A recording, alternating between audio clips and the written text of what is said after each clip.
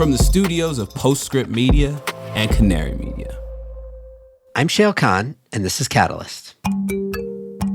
Is adding carbon capture to that natural gas plant extending the life or the use of fossil fuels unnecessarily, or is it best available alternative? And so I feel like there's just a lot of gray area in the specific cases for this one. Yeah, it's always a classic thing too, because necessary is always necessary to do what kind of a question. Necessary to reduce costs versus necessary to keep the lights on versus necessary to continue existing. Like, these are very, very different spaces. And I think that's also partially why this gray area gets so confusing.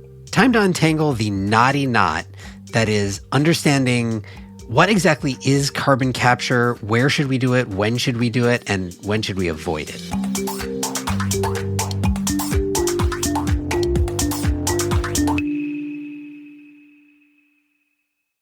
Catalyst is brought to you by The Antenna Group, the OGs of climatech PR and marketing. For 25 years, Antenna Group has partnered with category-leading energy transition and clean economy innovators to build their brands, amplify their stories, and market and accelerate business growth.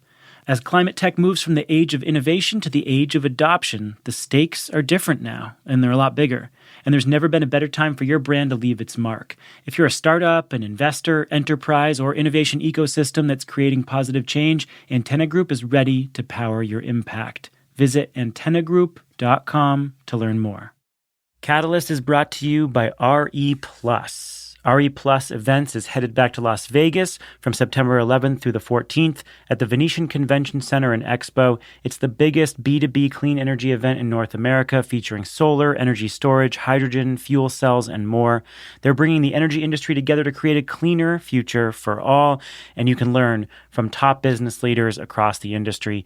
Catalyst listeners, here's a treat. Use promo code CATALYST20 to get 20% off an Expo Pass. Hurry and register at re-plus.com. That's re-plus.com. I'm Shayle Kann. I invest in revolutionary climate technologies at Energy Impact Partners. Welcome. Well, whether we like it or not, we are probably going to have to use carbon capture and sequestration, or CCS, and lots of it in this world if we want to achieve any of our reasonable climate goals. Most of the scenarios in the IPCC's sixth assessment report, which is the most recent one, include capturing and storing literally hundreds of gigatons cumulatively of CO2 between now and the end of the century. Just to be clear what we're talking about here, I mean CCS in the broadest sense. It's an umbrella term here for direct air capture with storage or sequestration, bioenergy with carbon capture and storage, point source carbon capture, basically capturing CO2 from any source, ambient air or exhaust flues, and then storing it away somehow for thousands of years, we hope. It's the net in net zero. And it's sort of controversial because using CCS will be a tricky balancing act. On one hand, true decarbonization needs to do most of the work of cutting emissions. It's just going to be way too expensive if we rely too much on CCS. We don't want it crowding out or competing with the resources that should go toward that kind of true decarbonization.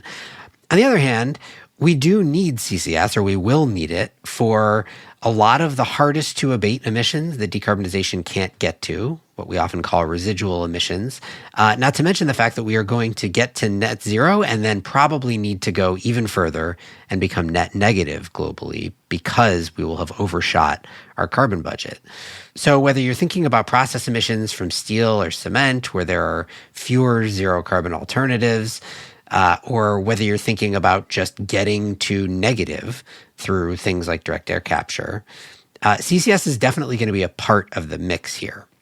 But there's a lot of debate around it because I think some people think of CCS, and particularly certain parts of CCS world, as being a potential crutch or a way to extend the lifetime of infrastructure that they want to end the lifetime of as quickly as possible. So it can be either thing, right? It can be a crutch or it can be a way to accelerate our path to net zero. So how do we think about, for any given application or any given use of CCS, how do we understand, is it a good use? Is it a bad use? What category does it fall into? I think there's a very small group of nerds, most of whom probably listen to this podcast, who intuitively get the differences amongst these different ways to capture CO2 and where they sit in this pecking order. But I think many, many more people do not. And that's a challenge because there are real political and economic forces that are pushing for various forms of carbon capture that can totally muddy these waters. So to try to tease some of this out, I spoke to someone who thinks a lot about these questions, Dr. Emily Grubert. She's an associate professor of sustainable energy policy at Notre Dame, and she posted a really good Twitter thread recently, probably the last Twitter thread that we're going to reference before we start referencing threads, about how the same CCS infrastructure actually has a bunch of different use cases. She put it in 4 different categories, which we talked about. And I think they're illuminating and a good frame for how to think about this broad category and make sure that when we're talking about CCS, we are talking about the same thing. So before I get to Emily, as always, you can leave us a voicemail if you want to suggest topics or ask questions. Our number is 919-808-5832, or you can email us at catalyst@postscriptaudio.com. You can also tag us on Twitter. I'm sure we're on Threads by the time this gets released. And for now, here's my conversation with Emily. Emily, welcome. Thanks for having me. Let's talk about CCS. I want to start with talking about terminology a little bit because we're probably going to use a bunch of terms and we should be clear on what we are talking about. So I guess when we talk about CCS, carbon capture and sequestration, or carbon capture and storage, people sometimes use them interchangeably, I think. Like, do you think of that as being an umbrella term that encompasses all the different ways to capture CO2, whether from a point source or the atmosphere or whatever? Or do you think of there being that as one category and some other stuff falls into a different category? Yeah, it's interesting. I think about it as an umbrella term for a set of technologies, but not everything that falls under sort of mitigative carbon capture and storage or carbon removal specifically. So I think about it kind of in any situation where you're using a chemical or physical process to get CO2 out of something. So probably wouldn't ever refer to like biomass absorption of CO2 as carbon capture and storage, even though you could make that argument. When I talk about it, it's mostly kind of the chemical and physical storage capture mechanisms, whether that's applied to mitigation or removal. Okay, and then there's obviously like nuance within that. So like what if you take biogenic CO2 and run a BECCS plant where you're doing bioenergy plus CCS? Then you're in CCS world, right? But you're saying the process of the plant capturing the CO2 from the atmosphere is not itself CCS, at least the way we're defining it. Yeah, exactly. Like the tree is not capture. The giant capture unit you put on the power plant is capture in the CCS terminology zone, I think. But yeah, the whole thing where CCS is kind of a set of technologies and it doesn't really map that well to an atmospheric function, I think is partially what's so confusing about a lot of this. Totally. And that's, I think, why we want to have this conversation, because I thought what you did when you laid out this sort of framework, it was sort of starting to answer a question I hadn't fully articulated, which is that I feel like in the discourse, whether that is in policy circles or even in investment circles and things like that, we often conflate various subcategories of CCS, or we confuse them with each other.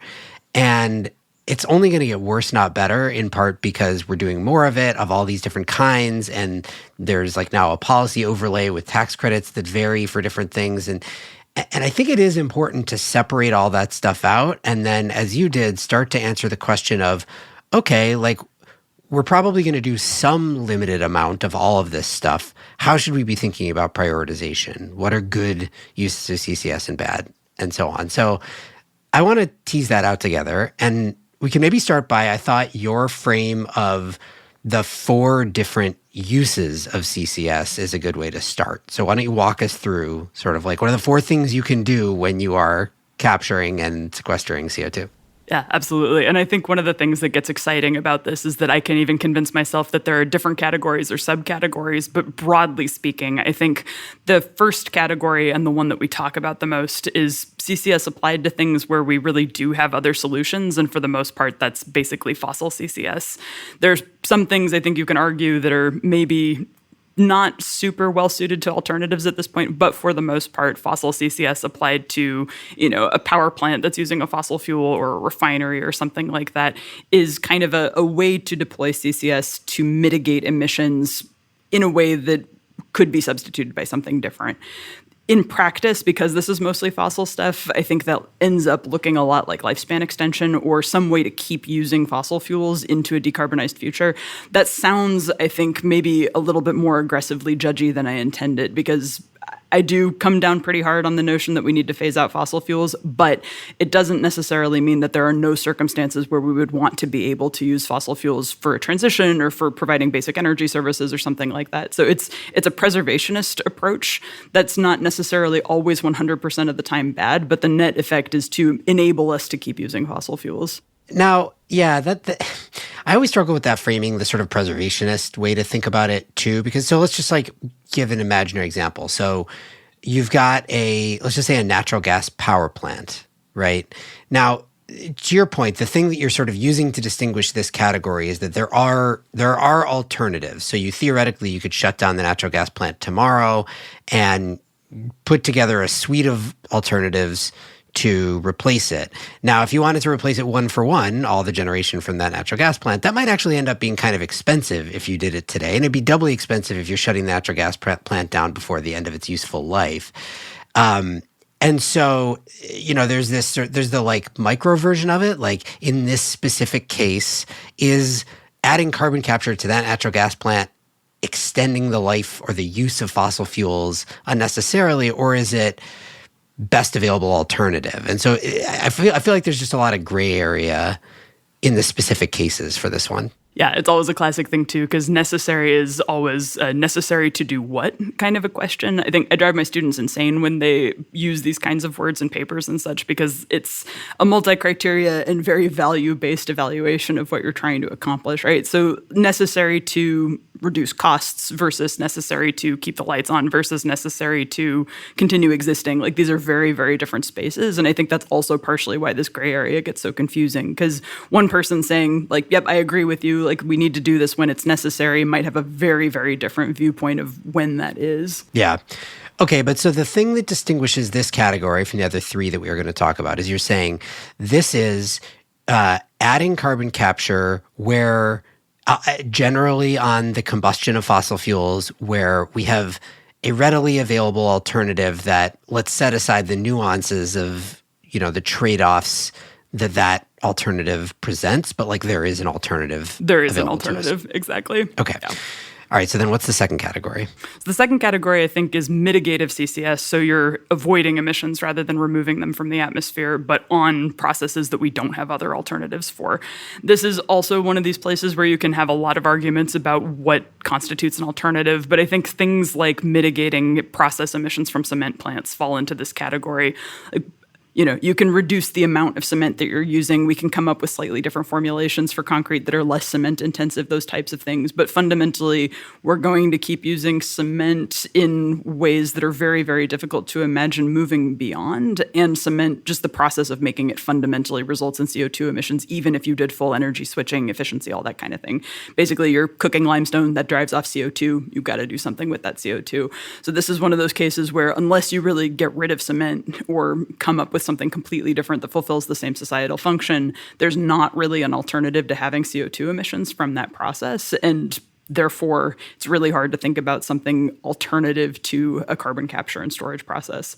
People talk about alternative chemistries, those kinds of things, but I'm a civil engineer, and I sometimes get a little bit of flack for following my discipline's conservatism on this, maybe, but there are a lot of good reasons that we are a little worried about moving to different concrete formulations, things like that.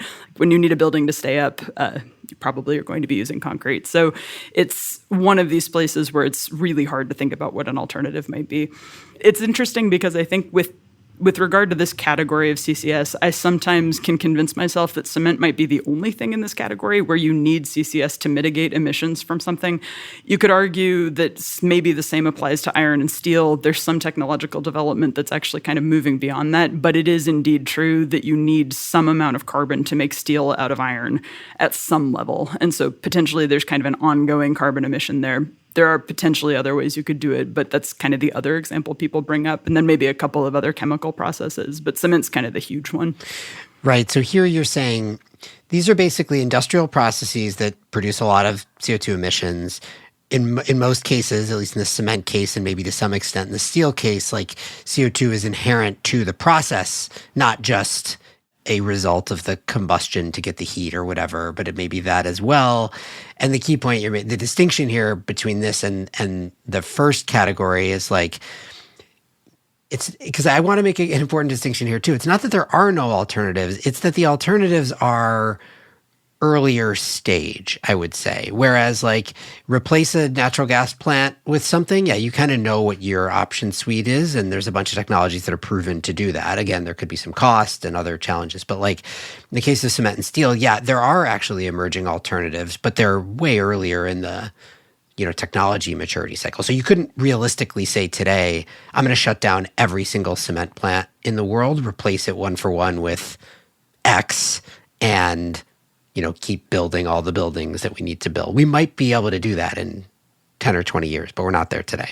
It's interesting. I agree with the distinction you're drawing. I'm actually not sure I agree that there is an obvious, even emerging technology to replace cement, like to reduce the amount of cement, absolutely. But to replace it, I'm not sure I'm entirely on board that point. But yeah, I do think that this point about technological development can move things across categories too. Like you come up with some process that eliminates CO2 emissions from steel production that kind of moves it to this category of CCS, even though there is an alternative for mitigation versus CCS where there's not an alternative for mitigation. Right. Okay. So back to our categories. So category 1 is basically add carbon capture to things that have alternatives where you might not need to do carbon capture in the first place. Category 2 is add carbon capture on point sources where it's just really difficult today to imagine a realistic alternative. What's category 3? So category 3 moves to a different atmospheric function, the way that I lay it out. So categories 1 and 2 are both mitigation. Basically, you have CO2 that you would otherwise be adding to the atmosphere, and now you are avoiding that actually reaching the atmosphere or staying there. Category 3 moves into the carbon dioxide removal space. And this, in my categorization at least, is basically around removing CO2 emissions from the atmosphere as compensation for ongoing emissions elsewhere. So compensatory carbon dioxide removal. Okay, and so this is an important, so as you said, we shifted now from point source sort of avoided emissions world into carbon removal world. And this is where I think a lot of the discourse gets confused, because I think there's a small group of people who are all in on carbon removal and totally understand the distinction here. And then there's a much, much bigger group of people who think CCS is one big thing. And they don't really think about the distinction between atmospheric CO2 and CO2 that otherwise is coming off of a flue stack. So we've moved over into... Which is an interesting space too, because I think we haven't helped ourselves with that by kind of repeatedly emphasizing that any unit of the CO2 is kind of the same. Right, a ton is a ton is a ton. We should be calling them different things. I totally agree with that. It would actually simplify this a bit. But actually, the core thing that you're describing in this category, which I also think is really important, is this is carbon removal. So this is removing CO2 from the atmosphere one way or another, but as compensation for somebody else's continued emissions. So this is in the world of carbon offsets or people purchasing carbon removals and crediting them against their ongoing emissions. And that's a specific category here, which I think is actually kind of important because we'll distinguish it against the fourth category, which you can now describe. Yeah. And I think also the thing about the third category that's interesting is that this is basically what net zero means. So when people talk about removals and so forth, we're talking about net zero, no change to the atmosphere. So yeah, the fourth category then is how we get to net negative. And this is basically what I refer to as drawdown CO2 removal, essentially taking CO2 out of the atmosphere that's not being counterbalanced by an ongoing emission. I think IPCC refers to this category as net negative CDR, which is actually extra confusing because when we look at an individual unit of CDR, we talk about whether that in itself is or is not net negative. But same general idea. It's basically you're taking legacy emissions out of the atmosphere. And so any removal that you're doing is being credited against prior emissions that are already there. You cannot avoid them getting into the atmosphere.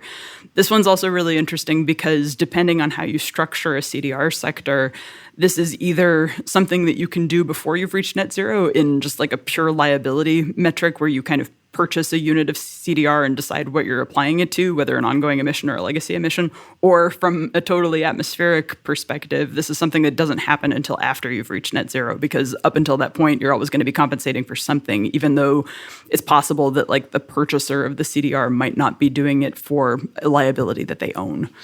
So let me see if I can offer another frame on this distinction, right? So from a global perspective, to just like first order, we emit 50 gigatons of CO2 annually now. There's part of the reason that so much interest has emerged in carbon removal is that there's an expectation it's going to be really difficult to get to true zero. And so we're going to have, let's just say, 10 gigatons of residual emissions in 2040 or 2050 that are going to be really hard to mitigate. And so we compensate for that with carbon removals, removing CO2 from the atmosphere. So maybe we'll need 10 gigatons, just to put a number on it, of carbon removal. That actually won't get us all the way there, because then the expectation is that we are going to need to go negative. We're going to end up, just from a global standpoint, needing to go negative emissions to deal with the residual emissions already in the atmosphere that you described, because we're probably going to overshoot. So then we're going to need even more than that 10 gigatons that comes in the form of the truly net negative stuff. Now, what's confusing about all of that is that what's happening today is that people are starting to build CDR. We're building the first direct air capture plants, for example. And the way that they're being monetized is that somebody is purchasing a credit, and a credit is a 1 ton, it's representative of 1 ton of carbon removed from the atmosphere. But the question is, what is the buyer doing with that credit, right? And I don't think this actually gets like all that much attention. So if you're, I don't remember, one of the big airlines signed a big was it Delta? Purchase, right? I think it was Delta. No, it was one of the maybe it was Boeing or something. I think it was one of the Europeans. Anyway, the point being, you're an airline and you sign up for 100,000 tons of carbon removal from direct air capture plant. What is it that you're doing? Are you crediting that 100,000 tons against your ongoing emissions? And if so, it falls into one of these categories and not the other, right? And I think that's actually like not a well understood distinction at this point. No, for sure. And it's interesting too, because I think the more that, so to back up a little bit, CDR is something that kind of doesn't exist yet as an industry or as a sector. And I think one of the things that starts to get really important is how we actually think about institutionalizing a lot of this stuff and what we decide about some of the governance questions here. Because in a situation where it's entirely a liability model, so I can purchase a unit of CDR and apply that to whatever I choose to, and maybe that's setting myself up to be in a regulated context at some point where I'm going to be told I have to actually show up with a certain number of credits or something like that. That fundamentally gives me as a buyer the right to prioritize CDR applications, which is, I think, extra interesting in the context of CDR as a pretty limited resource. This is an incredibly energy-intensive thing to do for the most part across different ways that you do it. It's land-intensive in many cases. It's potentially pretty water-intensive in some cases. So there's a huge amount of resource allocation that goes into this that means that you can't actually just do infinite CDR, even if it were cheap. And so by saying, like, I get to buy CDR and apply it to something, that lets me decide what's important. And like you're saying, if we do actually end up in a situation where we have 10 gigatons of emissions associated with like agriculture, keeping people in enough modern energy services and emergencies to kind of get by, whether that looks like diesel generators or whatever, like those kinds of things where you actually really would probably at a societal scale say we need CDR to compensate for these kinds of things, those don't get prioritized in a world where I can essentially decide I'm allowed to keep emitting something because I purchased some CDR, and where that CDR goes is something that I get to choose to do.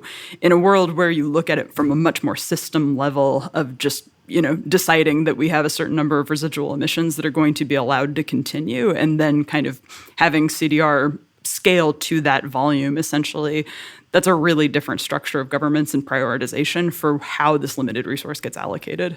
Yeah. Now, to be fair, I think that in a lot of the emerging standards and a lot of these net zero commitments and stuff, people are thinking about some of these challenges. And for example, there's a big movement toward the reduce first, then offset the rest or remove the rest or whatever. And so it's not, I think, the part of the problem with this market, this emerging market in general, is that it's kind of the Wild West. So everything is happening, all the good stuff, all the bad stuff. But I have some hope that at least the like using carbon removals to make up for the easy to mitigate emissions thing isn't really going to happen, in part just for economic reasons. It's like way more expensive to remove CO2 from the atmosphere than it is to take your low-hanging fruit emissions if you're, let's just say, a corporate.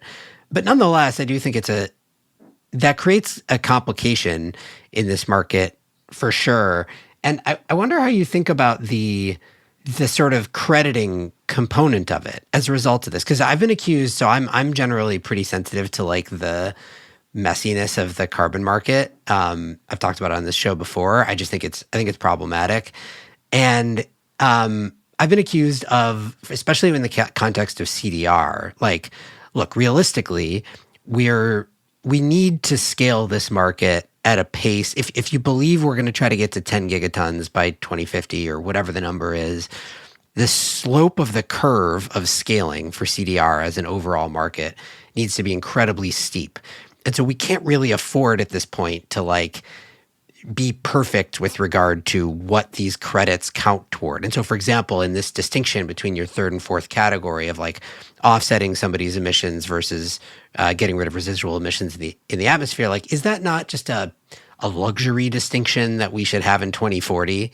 Or do you think it has like real utility today? No, I think it has real utility today. I'm sympathetic to that argument. I mean, I've been buying CDR credits for 4 or 5 years at this point, and like, I'm not saying that I'm net zero or anything like that. It's purely just sort of an investment in scaling some of this stuff to see how it goes. But I think it is actually incredibly important to think about these things now as opposed to later, because right now, basically, the CDR industry doesn't exist as such. There are emerging companies, there are some tax credit structures, those kinds of things. But what we decide about governance now, I think, is what we have as governance in 2040, where it really starts to become important.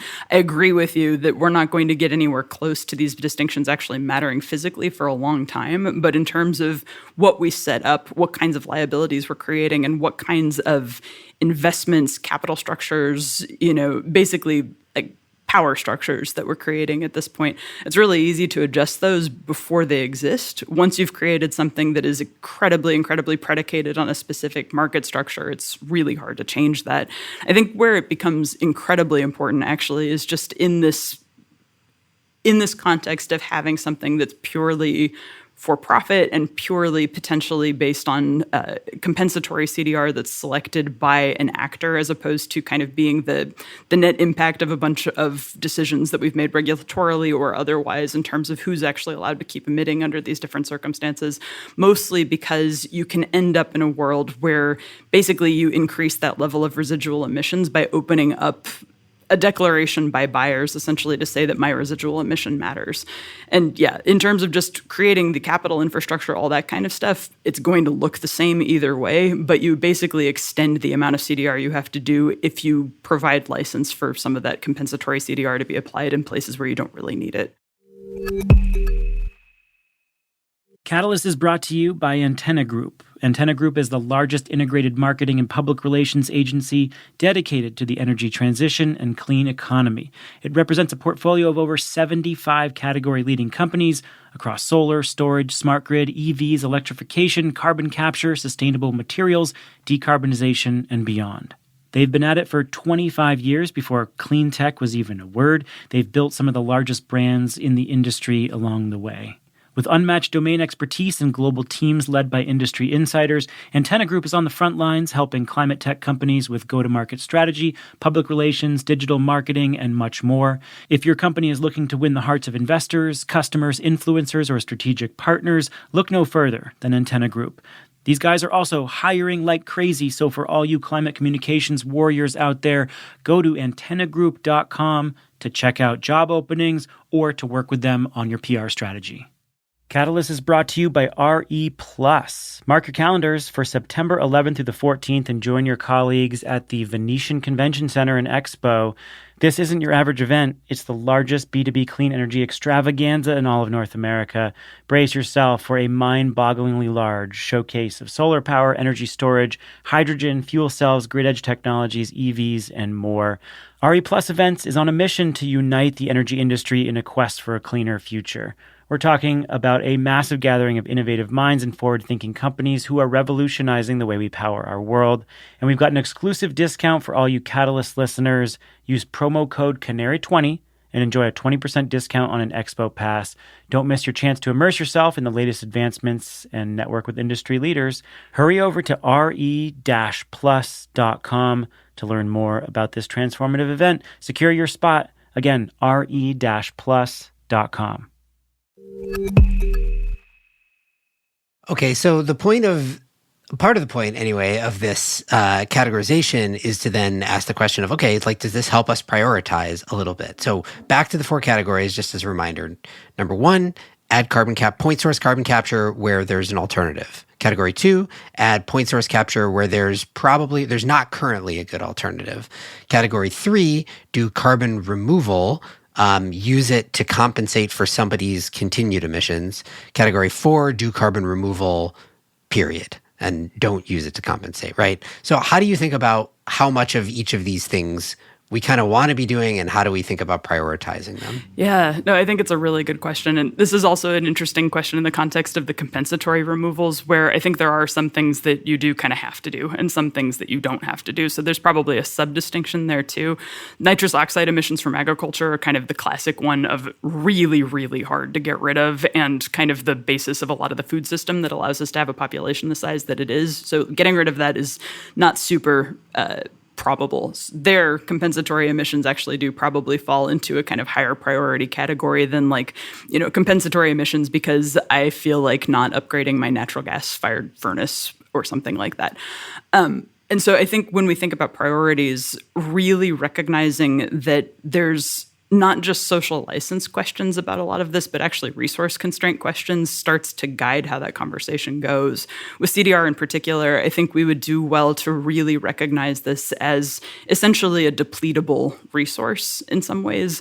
There's an amount of CO2 in the atmosphere that means we're not going to run out anytime in the foreseeable future. Yeah, exactly. But because it's energy intensive, land intensive, those types of things, like you actually can use it up. And so I think that that's a really important frame on the removal side.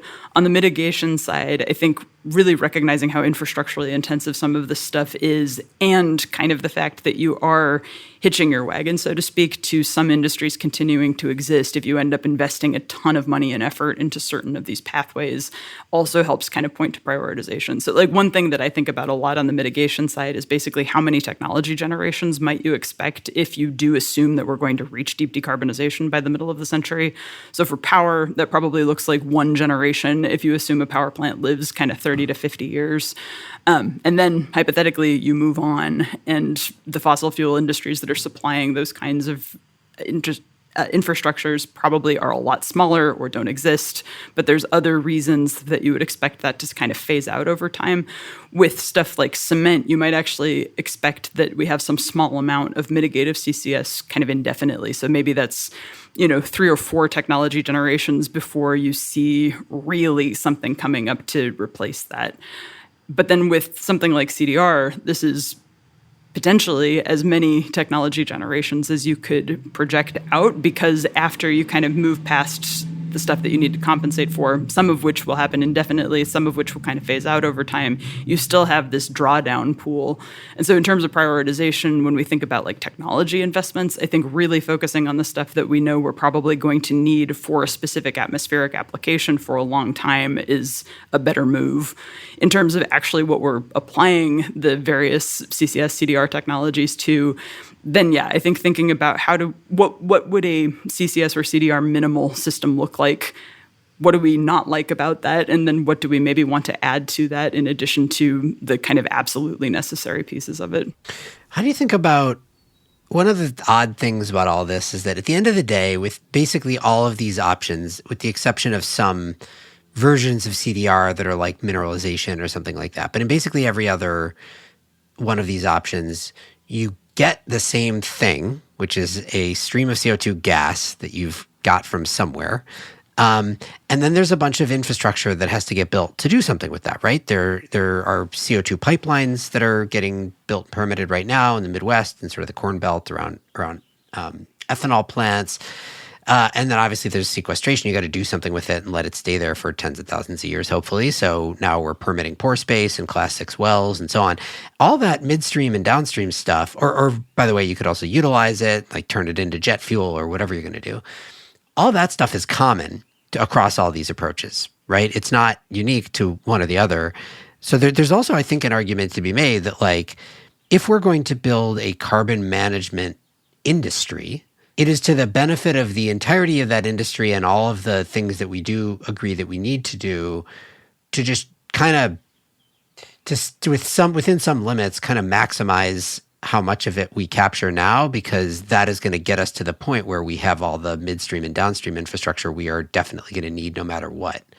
So you know what I mean? Like, is there an argument that, look, it's okay to do more of the category 1, which is clearly the least valuable carbon capture category. That is what's going to spur the development of CO2 pipelines and Class 6 wells? Or yeah, I'm glad you bring this up, because I hear this argument all the time, and I disagree with a lot of the way that it gets framed for a couple of reasons. So I think one of the things we haven't really talked about is just there are a lot of justice implications for the way that this stuff gets worked out, particularly with the category 1 types of things where you're generally preserving fossil infrastructure. Like, there are other emissions, there are other reasons why people want to move away from fossil fuels other than CO2. And so by having a situation where you are actually expanding the amount of fossil fuels you're using because, you know, CCS is energy intensive, all that type of thing, that has an extraction burden, it has an upstream, like, transportation burden, those types of things. There are other emissions other than CO2.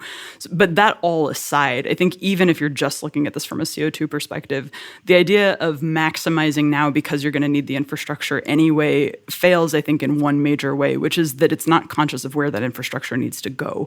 And in a situation where you're designing linear infrastructure like pipelines, storage resources and such around where old fossil plants are now, rather than on where ideal locations for, like, a DAX facility might be or something along those lines, I think you end up with the pipelines in the wrong places, basically. And that is not necessarily something where even the same amount of infrastructure built under one paradigm or the other is kind of going to ultimately get you to where you need to go. I think it does fundamentally change what this build out looks like in ways that are probably inefficient for the longer term.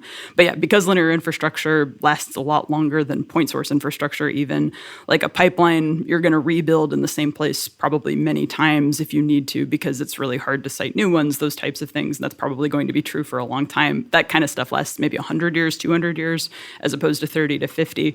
You really want your pipelines to be in the right place in this sort of situation. And yeah, I think the paradigm for what this looks like, if you're really fundamentally orienting around CDR, which maybe means a lot of co-location of plants with storage resources so you can minimize the transport infrastructure. Maybe means you have some spur lines to some mitigative stuff that's a little less efficient for them, but is really optimized around that CDR.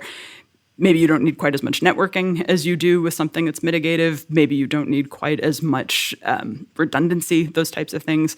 So I think you do actually end up in a really different place.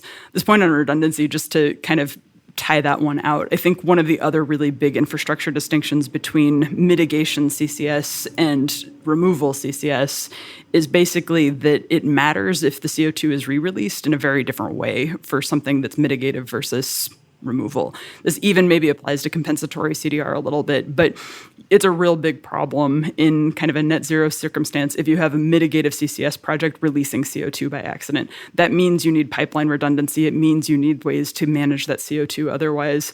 With a removal situation, it's not good if you re-release that CO2, but if you have to shut down a pipeline for a couple of months to repair it, it's not necessarily going to be creating a giant atmospheric problem to stop the CDR for a couple of months. And so you might actually be able to get away with a much lower intensity of, like, pipeline infrastructure if you're oriented that way than you are around mitigation for the same kind of assurances atmospherically. How do you think about utilization? So let's just take synthetic jet fuel as an example. So there's, in order to make synthetic jet fuel, you need CO2 and hydrogen. That CO2 is going to have to come from somewhere. Could come from any one of these four categories. But, well, I guess it can't come from the fourth one, because the fourth category is removing residual emissions. It doesn't do that, because at the end of the day, you're still going to combust your jet fuel and it's going to get re-released. So any of the first three categories, does the scale of the need for some alternative to today's jet fuel affect your thinking a little bit about how we capture, what kind of CO2 we capture and from where? Not really, because I think mitigative CO2 capture still ends up having an atmospheric burden, even if it's used in syn fuels. Like, who gets the benefit of having captured it in the first place is maybe an open question in some of these. There's some really interesting concerns about double counting and so on in those circumstances. But like that CO2 ultimately is still a contribution to atmospheric levels at the end of the day, whether it's because of the plant or because of the jet fuel, So it actually is kind of it's a 1 + 0 instead of a 0 + 0 kind of equation if you're looking at something like direct air capture for utilization that results in re-release. So I think that it does actually matter quite a bit. We don't really have the structures in place to ensure that accounting is really happening. And looking at some of the project announcements or ideas that I've seen where both ends of the spectrum are kind of claiming the mitigation is challenging, especially because then you start to get into people saying, well, this is also an avoidance offset credit because otherwise it would have been fossil jet fuel in addition. You end up sometimes with like 3 credits for not having actually prevented that CO2 from reaching the atmosphere. So those kinds of things, I think, do actually really matter when we talk about utilization that results in re-release. Yeah, to me in that scenario, actually it is an avoidance credit. It's an avoidance or whatever credit, but it's an avoidance of emissions from what otherwise would have been traditional jet fuel. But in being that, it is nothing else. Like the direct air capture that led to that is actually not removing CO2 from the atmosphere. You can't count it as that.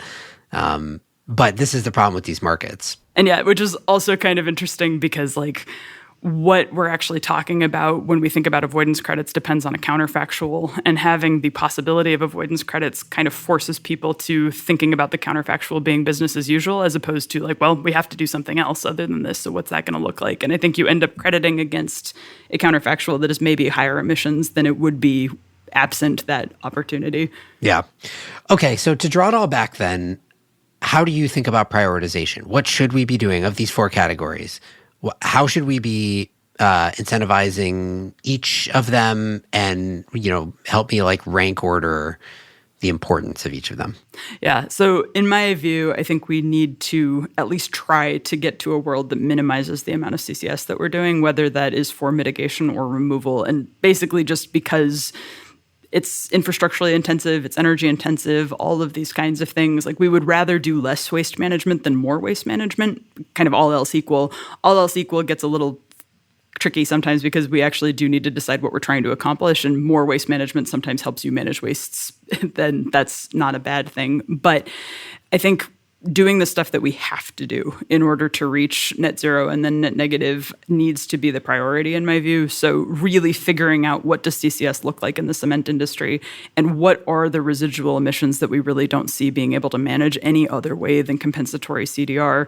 Like having those answers and seeing what that looks like, thinking about what those infrastructure build-outs look like, I think really needs to be where we start. And then the faster you can get to the point where you're actually able to be doing drawdown CDR, the better off you are. Whew, all right, this is a lot. And, we didn't even get into, we listed the 4 categories. We didn't list the subcategories of the 4 categories that you originally came up with, but there's only so much we can do. So I think we did as well as we could. And I appreciate you helping me think through all these complex nuances of the emerging CCS world.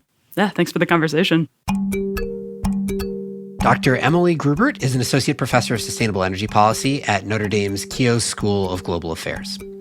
This show is a co-production of Postscript Media and Canary Media. You can head over to canarymedia.com for links to topics on today's show.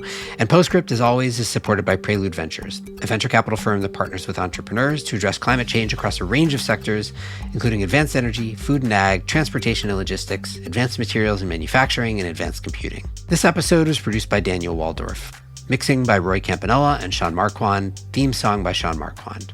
I'm Shayle Kann, and this is Catalyst.